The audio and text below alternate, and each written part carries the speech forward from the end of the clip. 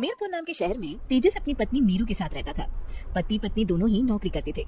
एक दिन तेजस गांव अपनी माँ के पास फोन करता है।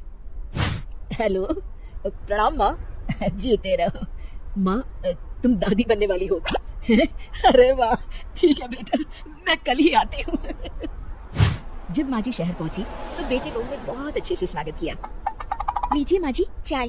अरे गर्मा गर्म पकौड़े ले आओ माँ के लिए। नीरू रसोई में गई और 2 मिनट में ही पकौड़े ले आई। जी ये लीजिए। बहू जादू से बनाए हैं क्या? अभी तो रसोई में गई थी। यम्मी।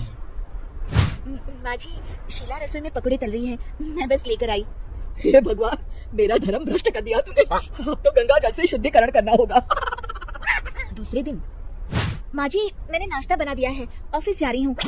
पर अभी तो घर का सारा काम पड़ा है। शीला आती ही होगी, झाड़ू पोछा बर्तन कपड़े वो सब कर लेगी। हमारे जमाने में घर का सारा काम हम ही करते थे। जी माँ जी, आप बहुत होशियार हैं, मैं घर ऑफिस दोनों नहीं संभाल पाती।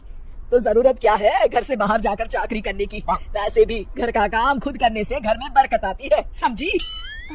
पर माँ जी। पर कुछ नहीं, इस महीने की पगार मिले फिर ऑफिस बंद है। हाँ। रात को नीरू तेजस से कहती है, सुनिए जी, माँ जी बोल रही थी कि मैं नौकरी छोड़ दूं। वैसे ठीक ही तो है, अभी तुम्हें आराम की जरूरत है। फिर भी आराम कहा, शीला को छुड़ाने के लिए बोल रही थी। तो अब 24 घंटे में इतना काम तो कर ही सकती हो। पर जॉब पसंद है मुझे, घर पर मन नहीं लगेगा। अगले दिन जब दोनों ऑफिस के लिए निकल रहे थे, मेरी तो कोई कीमत ही नहीं है इस घर में। माँ जी आजकल महंगाई बहुत है, रहन सहन भी बदल गया है, दोनों नौकरी करते हैं तभी ठीक रहता है। अच्छा, तू कहना क्या चाहती है? मेरा बेटा तुझे बिठा के खिला नहीं सकता, तू ही इस घर का खर्च चला रही है? नहीं माँ जी, मेरा वो मतलब नहीं था।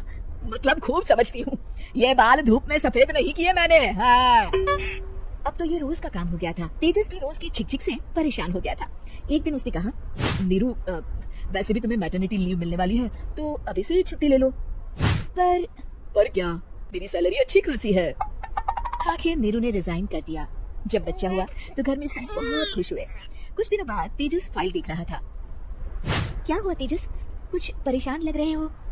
हाँ, वो हमारी जितनी सेविंग्स थी वो तो हॉस्पिटल में और छठी के फंक्शन में खत्म हो गई है नीरू।